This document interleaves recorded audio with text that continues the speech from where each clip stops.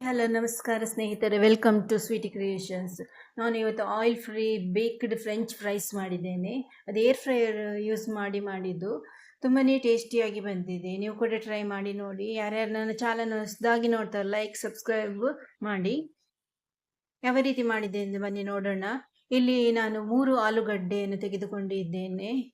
ಅದನ್ನು ಸಿಪ್ಪೆ ತೆಗೆದು ಫ್ರೆಂಚ್ ಫ್ರೈಸ್ ಸೈಜಿಗೆ ಕಟ್ ಮಾಡಬೇಕು, ಸಪುರಾಗಿ.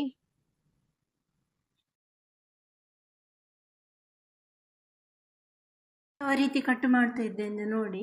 ಸ್ಲೈಸ್ ಮಾಡಿ ಆಮೇಲೆ ಉದ್ದಕ್ಕೆ ಸಪುರಾಗಿ ಕಟ್ ಮಾಡಬೇಕು ನೋಡಿ. ಈ ತರ ಶೇಪಿಗೆ ಕಟ್ ಮಾಡಬೇಕು.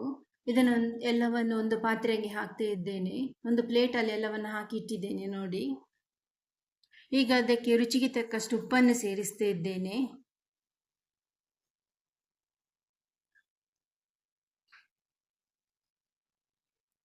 ಉಪ್ಪನ್ನು ಸೇರಿಸಿದ ಬಳಿಕ 1 ಚಮಚದಷ್ಟು ಪೆಪ್ಪರ್ ಪೌಡರ್ ಅಂದರೆ ಕರಿಮೆಣಸಿನ ಪುಡಿಯನ್ನು ಹಾಕ್ತಾ ಇದ್ದೇನೆ.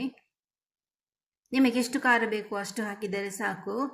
ಆಮೇಲೆ ಇದಕ್ಕೆ 1 ಚಮಚದಷ್ಟು ಸೋಯಾ ಸಾಸನ್ನು ಹಾಕ್ತಿದ್ದೇನೆ. ಸೋಯಾ ಸಾಸ್ ಇಲ್ಲದಿದ್ದರೆ ಅರ್ಧ ಲಿಂಬೆ ರಸ ಬೇಕಿದ್ರೆ ಸೇರಿಸಬಹುದು. ನಾನಿಲ್ಲಿ ಸೋಯಾ ಸಾಸ್ ಹಾಕಿದ್ದು. ಇದನ್ನು ಚಂದ ಮಾಡಿ ಮಿಕ್ಸ್ ಮಾಡಿ ಒಂದು 5 ನಿಮಿಷಗಳ ಕಾಲ ಹಾಗೆ ಇಡೋಣ ನೋಡಿ. ಎಲ್ಲ ಮಿಕ್ಸ್ ಆಗಿದೆ. ಒಂದು 5 ನಿಮಿಷಗಳ ಕಾಲ ಹಾಗೆ ಇಡ್ತೇನೆ.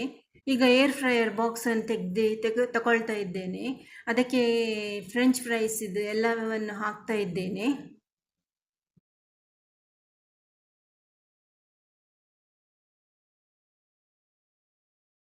ಎಲ್ಲವನ್ನು ಹಾಕಿ ಆಗಿದೆ. ಈಗ ಇದನ್ನು ಬಿಸಿ ಮಾಡಲಿಕ್ಕೆ ಇಡೋಣ. ಇದನ್ನು 200 ಡಿಗ್ರಿ ಸೆಲ್ಸಿಯಸ್ಗೆ ಇಡಬೇಕು. ಮತ್ತು ಒಂದು 15 ನಿಮಿಷಗಳ ಕಾಲ ಬೇಕ್ ಮಾಡಲಿಕ್ಕೆ ಬಿಡೋಣ. 200 ಡಿಗ್ರಿ 12 ನಿಮಿಷ ಇಟ್ಟರೆ ಸಾಕು. ನಿಮಗೆ ಜಾಸ್ತಿ ಕ್ರಿಸ್ಪಿ ಬೇಕಿದ್ದರೆ ಒಂದು 15 ನಿಮಿಷ ಇಡ್ಬೋದು.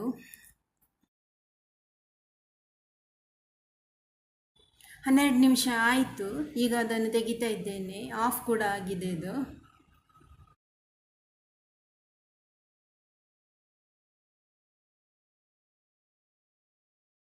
ಈಗ ನೋಡಿ ತಯಾರಾಗಿದೆ ನಮ್ಮ air fryer baked French fries.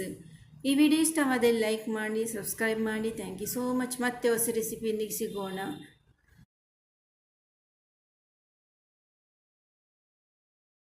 ನಿಮ್ಮ ಸಪೋರ್ಟ್ ಯಾವಾಗ ಸ್ವೀಟಿ ಕ್ರಿಯೇಷನ್ಸ್ ಜೊತೆ ಇರಲಿ. ಧನ್ಯವಾದಗಳು.